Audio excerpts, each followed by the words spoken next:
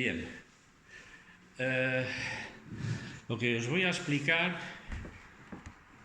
a la luz de la trayectoria, digamos, histórica durante la Guerra Civil aquí en España, no es, digamos, su posicionamiento político ni su labor literaria, sino más bien apoyarlo en lo que él creía que debía ser la actitud del intelectual ante conflictos del tamaño del nivel de la guerra que estaba librándose en España.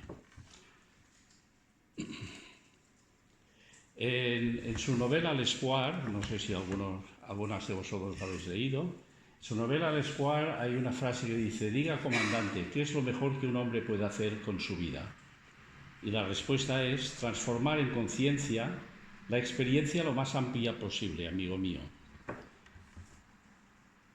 Bien, en esta primera etapa, él, desde luego, consiguió experiencia, estuvo viajando desde los años 30 con su esposa. Él había ganado el premio Goncourt por la condición humana, estuvo viajando por China, India, Indonesia, Rusia, se encontró con Eisenstein, que quería hacer una versión cinematográfica de la condición humana, en fin.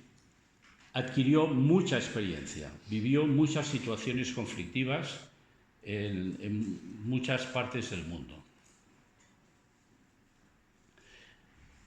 Pero, claro, esta experiencia él realmente la adquirió y se formó su conciencia a través de las fuentes que él iba absorbiendo, por decirlo de alguna forma.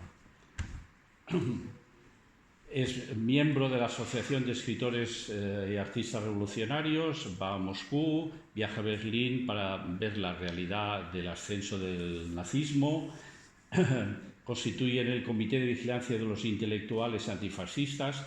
Él, a pesar de no haber acabado el bachillerato, se considera un intelectual, y de hecho lo es, evidentemente, porque es el que trabaja con el intelecto, y es uno de los líderes en el primer Congreso de Escritores para la Defensa de la Cultura que se hace en París, y que a sugerencia de José Bergamín se queda en que el segundo Congreso se haga en España. Aún no había estallado la guerra, o sea que eran optimistas. Y bueno, hace un primer viaje a España con Clara, con su esposa, y ya encuentra a políticos relevantes, a intelectuales, etc. Se da cuenta, él ve no solo la posición de los grandes personajes, sino también el pueblo llano, el pueblo de Madrid, el pueblo de los pueblos de alrededor, y en cuanto regresa a Francia empieza a hacer meetings, publica artículos para dar apoyo a la Segunda República, que ya se veía que estaba tambaleante. Entonces, este contacto con el pueblo, digamos, entusiasmado, por decirlo de alguna forma, con las reformas que estaba intentando hacer la Segunda República, él tiene una frase que dice: hay que intentar dar conciencia a los hombres de la grandeza que ellos ignoran en ellos. Yo diría que es uno de los puntos capitales de su mentalidad. O sea, el intelectual ha de hacer algo que, digamos, el vulgo, no quisiera ser despectivo, al contrario, ¿no? El hombre de la calle, el ciudadano de a pie, a veces, pues porque no tiene la experiencia, porque no tiene la formación o el hábito de razonamiento, no se da cuenta de la grandeza que tiene en él mismo. O sea, él atribuye una gran grandeza a cada persona. Y el trabajo del intelectual es ponerla de relieve. O sea que, como hemos dicho, a través de su experiencia toma conciencia de los problemas del colonialismo en Extremo Oriente, de la Revolución China, de los frentes populares en Francia, en España. Pero, claro, para él, esto que está pasando puede ser el destino. El destino podríamos, no sé, definirlo como la confluencia de varias líneas de fuerza, políticas, sociales, económicas, de todo tipo, que llevan al hombre hacia un camino determinado. Entonces, el último párrafo de la novela L'Espoir dice: Manuel oía por primera vez la voz de aquello que es más grave que la sangre de los hombres, más inquietante que la presencia en la tierra, la posibilidad infinita de su destino. El destino está ahí, pero también sobre el destino se puede influir. Y la mentalidad de Malraux era que precisamente la actividad del intelectual es luchar contra un destino predeterminado, hacerse cada uno su propio destino. Y para ello es necesaria la acción. Claro, o sea, como dice también en L'Espoir, pensar en lo que debería ser, en lugar de pensar en qué se puede hacer, es un desastre, es un veneno sin remedio. O sea, claro, decimos, el destino me está llevando por ahí, caramba, pues qué pena, ¿no? Y tal. No, qué pena, ¿no? Actúa. Luego veremos que su amigo Max Aub, que alguna de vosotras me ha puesto alguna pregunta sobre Max Aub, una de las frases favoritas de Max Aub es: siempre se puede hacer algo. Aunque también en su epitafio dijo: digo mintiendo, hice lo que pude. Bueno, pero bueno, el caso es que la acción es necesaria. Para él la acción, una vez estallada la guerra, es la escuadrilla España, que a partir de noviembre se llamaría la escuadrilla Malraux. Cuando estalla el golpe de Estado franquista, las autoridades francesas le llaman, él estaba en el teatro y le llaman en el palco del ministro del Aire, Pierre Cot, y le dicen: oye, vente mañana al ministerio porque en España ha estallado un golpe de Estado y queremos que te enteres de qué va el tema. En 2 días consigue que un director de un periódico le deje una avioneta, un amigo suyo la pilote, porque él no sabía pilotar, se van a Madrid, habla con todo el mundo, con hazaña, con militares, con intelectuales, etc., y constata que uno de los déficits mayores de la República es la aviación. Entonces vuelve, y ahora me gustaría por un momento que imaginarais la situación en París en estos primeros días después del golpe de Estado, los últimos de julio, donde gran parte, más de la mitad de los diplomáticos de la embajada o habían ya dimitido, que era dentro de lo que cabe lo más honrado, o se habían quedado en la embajada para boicotear cualquier gestión que hiciera la República. Entonces, él incluso en su casa monta una oficina, le ayuda a su esposa, porque en 15 días consigue que la República compre. No los compra él, esto es una leyenda que quizás se ha dicho, pero no los compra él, sino que él colabora decisivamente con sus amistades, sus relaciones, su influencia, a la adquisición de una treintena de aviones que han de pasar a España antes del 8 de agosto. O sea, en 15 días efectuar esta compra con toda la prensa de extrema derecha, por descontado en Francia, boicoteándolo, diciéndolo de que es un ladrón, que no sé qué y tal.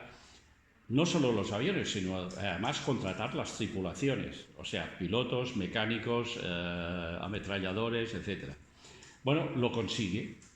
Y una semana después de haber llegado a Madrid con estos aviones, ya tiene la primera operación y abaten 2 cazas franquistas. Esto es un poco anecdótico, pero sí que posteriormente, a los pocos días, bombardean la columna Yagüe en Medellín, en Extremadura, con lo cual frenan mucho el avance de Franco hacia Madrid.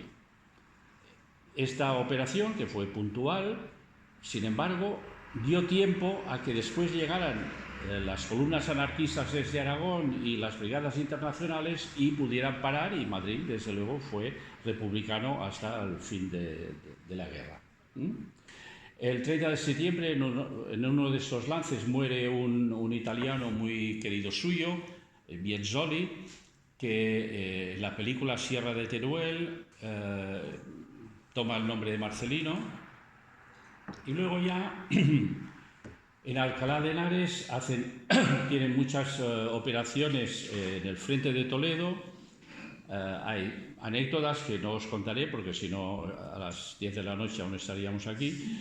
Pero, o sea, hay muchas operaciones de apoyo al ejército republicano que estaba parando en el Guadarrama y alrededor de Madrid, pues el avance franquista.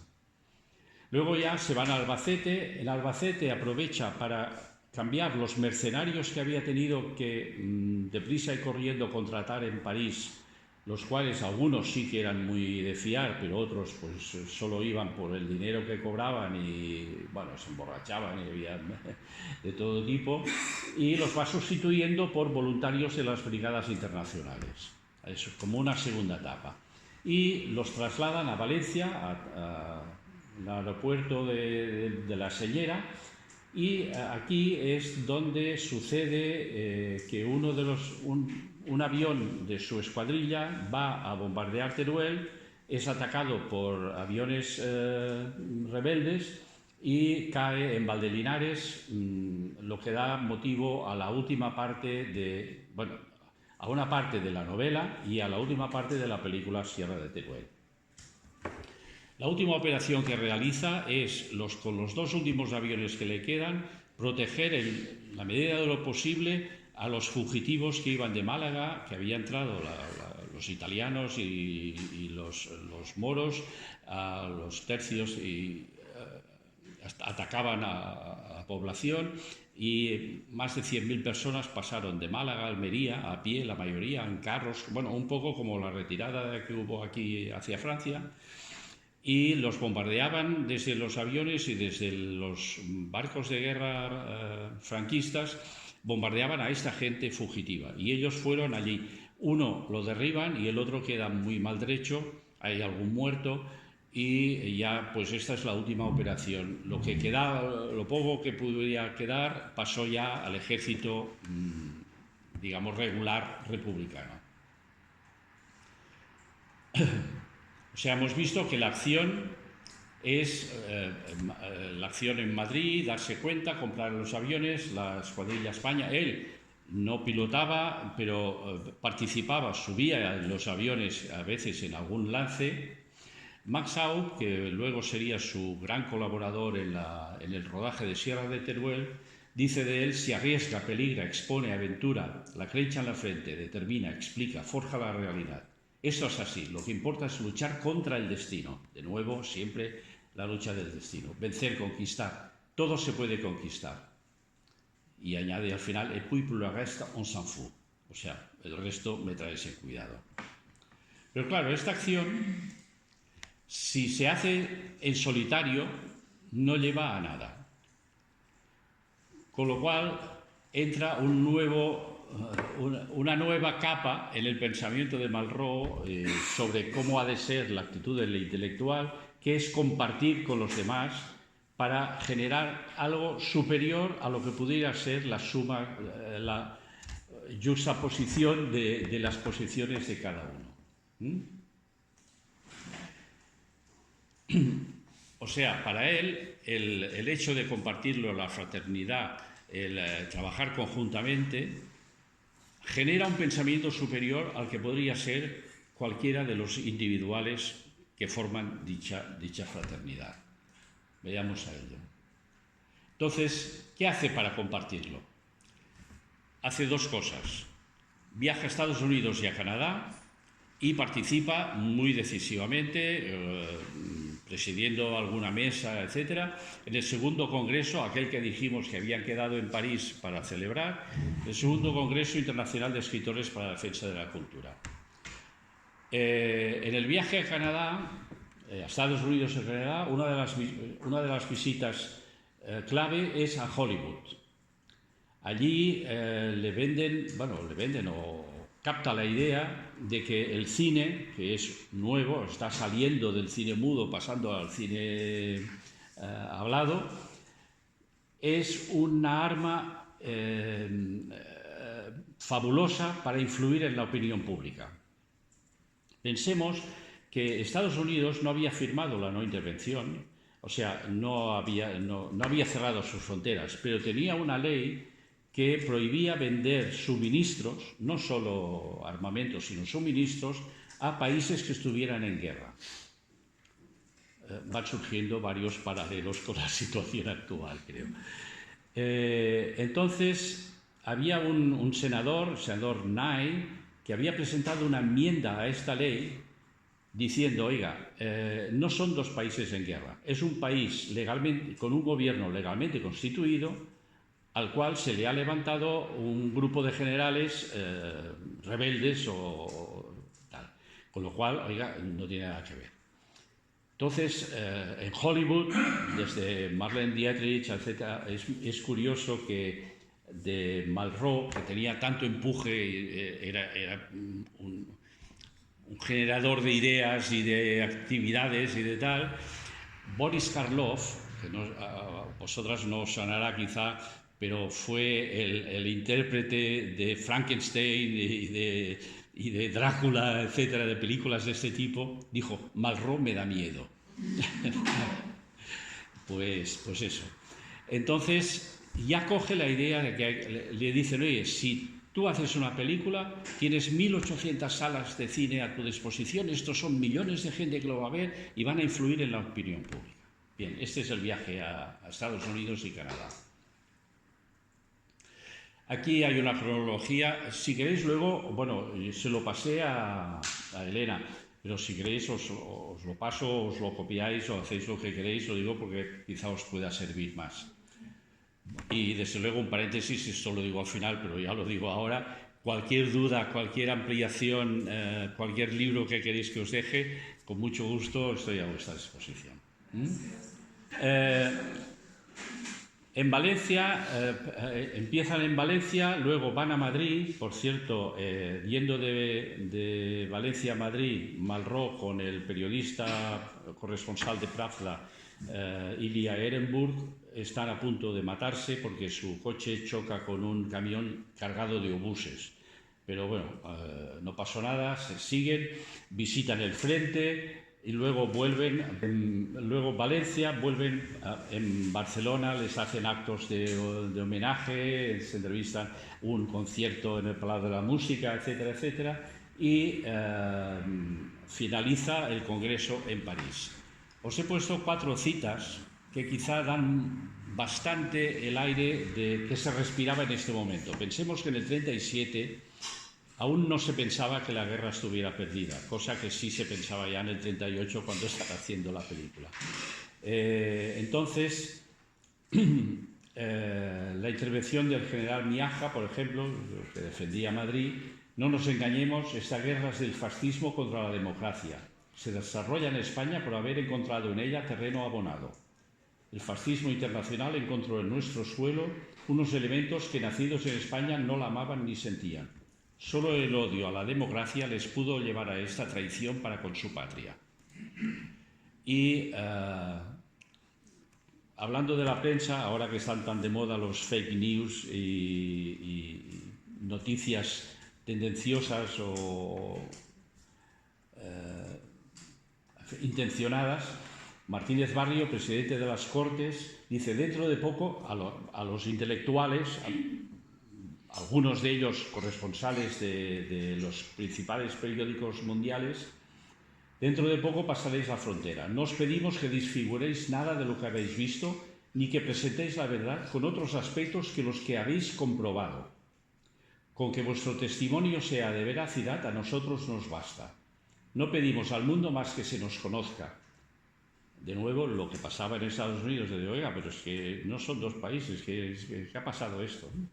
Las trágicas realidades que habéis vivido son las de un pueblo que solo cometió el delito de querer dirigir sus propios destinos. De nuevo, la palabra destino que va saliendo.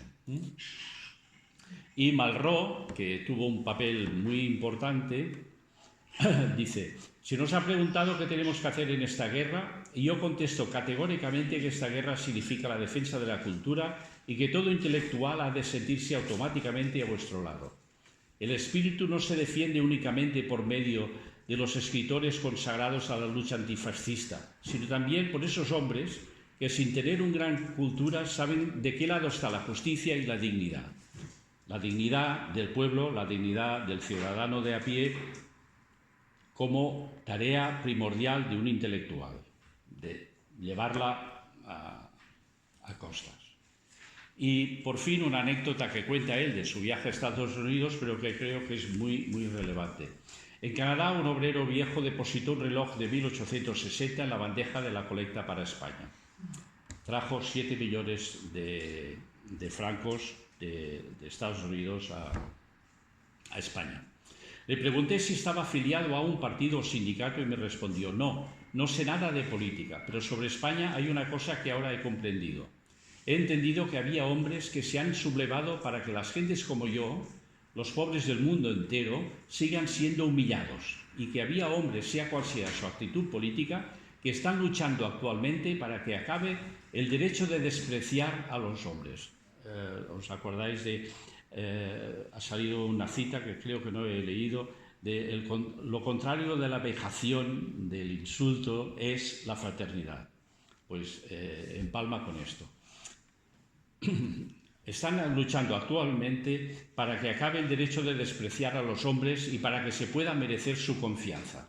Y algo tan simple es la cosa más importante de mi vida, y es por eso por lo que he puesto en la bandeja de España lo único que poseía, aquello a lo que atribuía la máxima importancia. Bueno, ya tenemos el pensamiento superior, ya lo ha compartido en Estados Unidos, lo ha compartido en el Congreso, bueno, y desde luego tenía relaciones con muchas personas, pero hay que hacer algo más, porque esto no puede quedarse en ser puntual. O sea, no es una reacción a un hecho puntual, sino que el pensamiento superior genera valores, genera dilemas, genera preguntas que son válidas entonces, hoy y mañana. Y para esto es necesario que lo que se ha conseguido en un momento dado llegue a otras generaciones y se amplíe en todo el mundo. Y esto es la trascendencia. Y para él la trascendencia es la obra de arte. Lo que perdura es la obra de arte.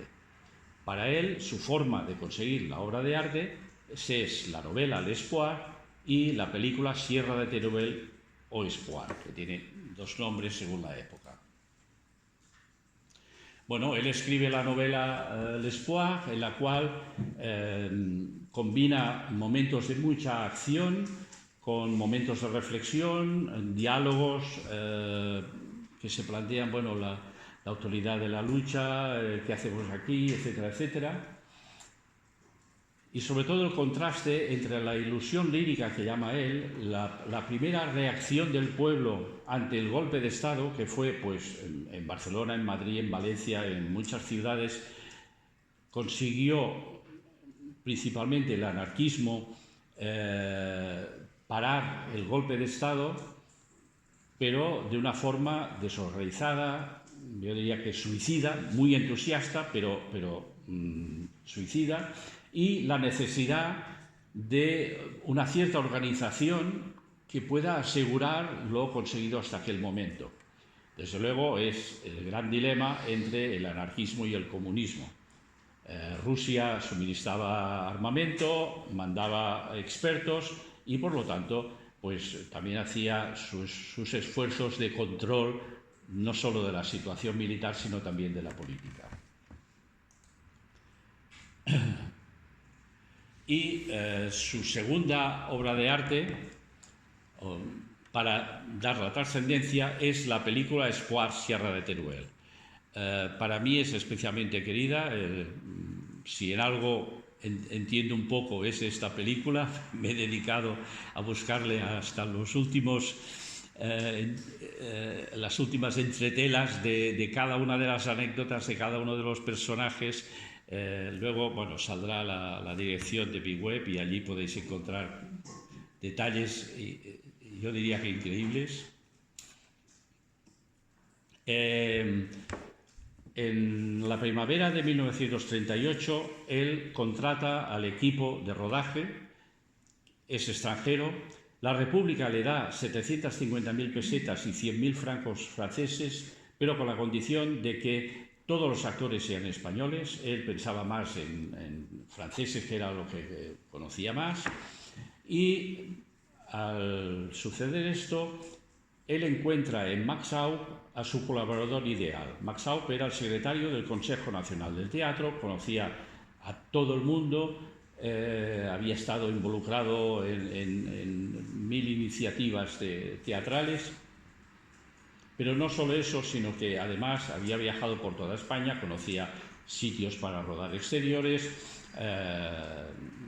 en fin, era el hombre para todo. Tengo otras presentaciones en las cuales se centra más en Max Aub, que el título de la presentación es Max Aub, el hombre para todo. Aquí veréis, es medio minuto donde Max Aub nos cuenta cómo le contrató. Avant d'en arriver là, j'ai fait du cinéma. Et j'ai commencé à en faire un jour où André Malraux est entré dans mon bureau à Barcelone et m'a dit « Nous allons faire un film ». J'ai répondu « Mon travail, c'est le théâtre ». Il dit « Le mien, c'est le roman. Nous allons faire du cinéma ». Et nous avons fait L'Espoir.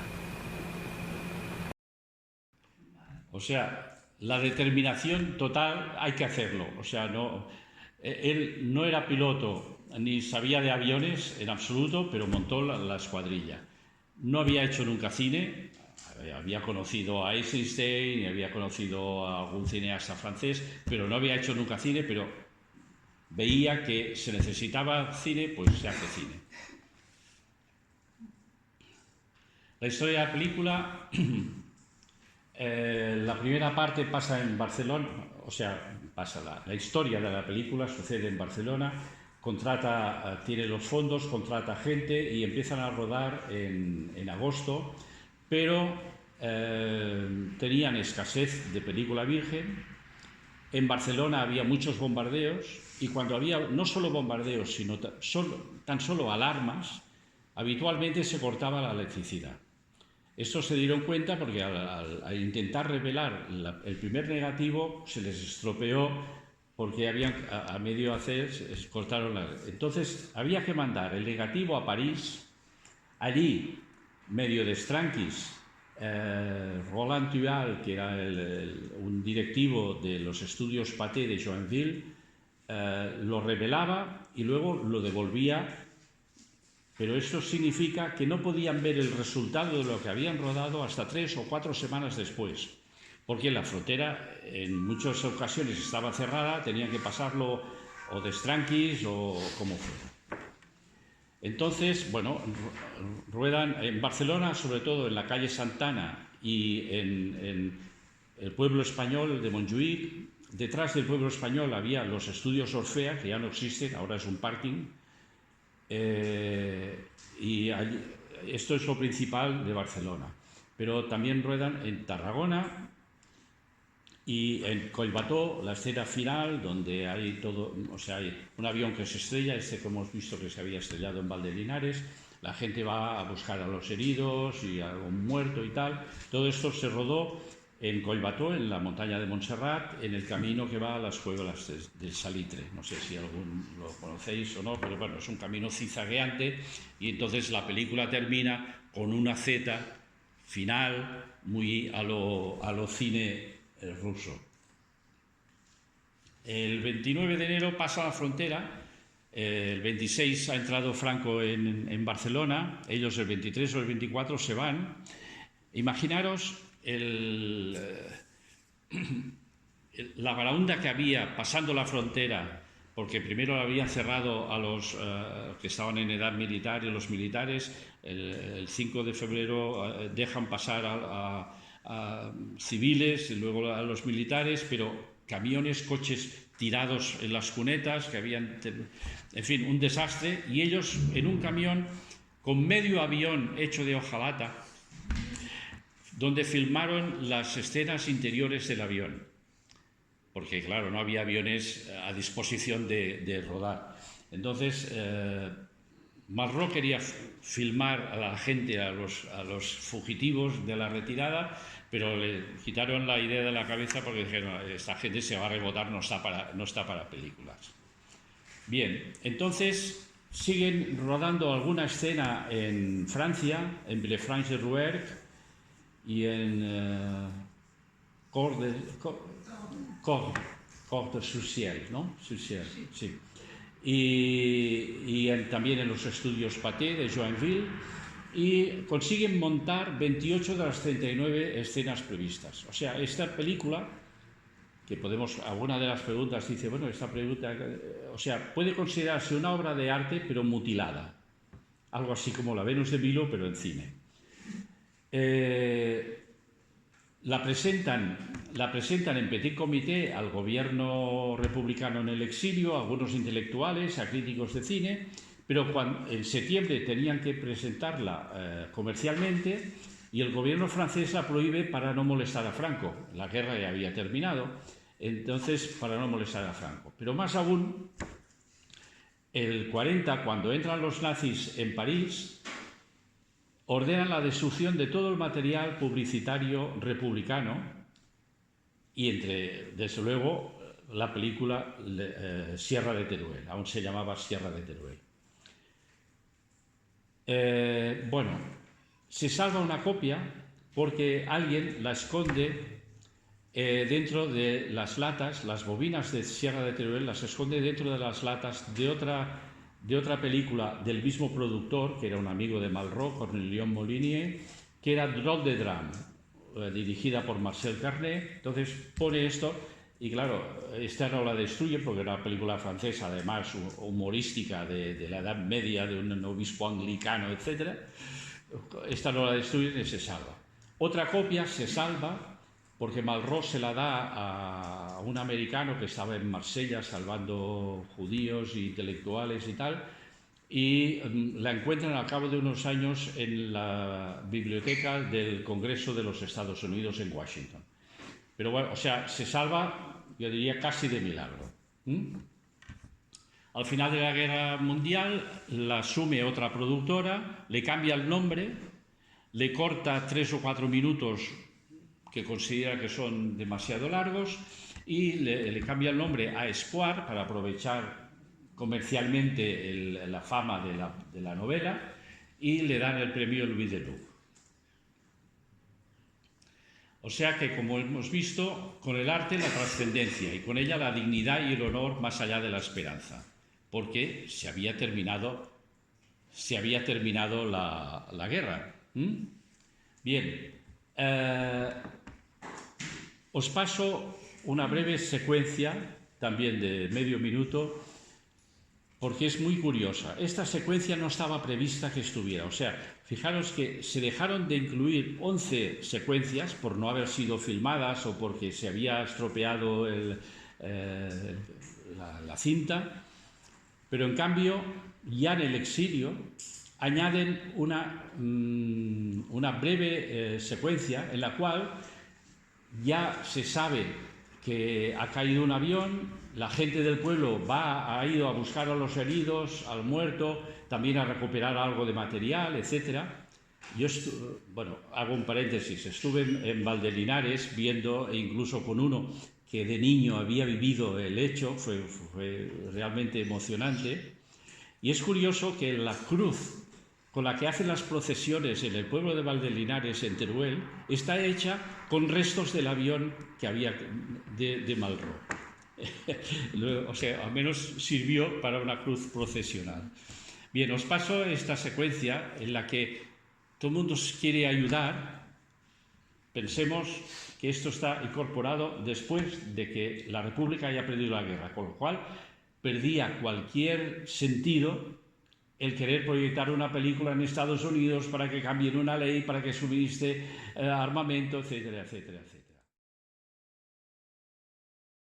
Hombre, claro. Salud. Yo no puedo faltar de aquí. Si pudiera ir, iría. ¿Para qué servirías? Hay que hacer algo útil.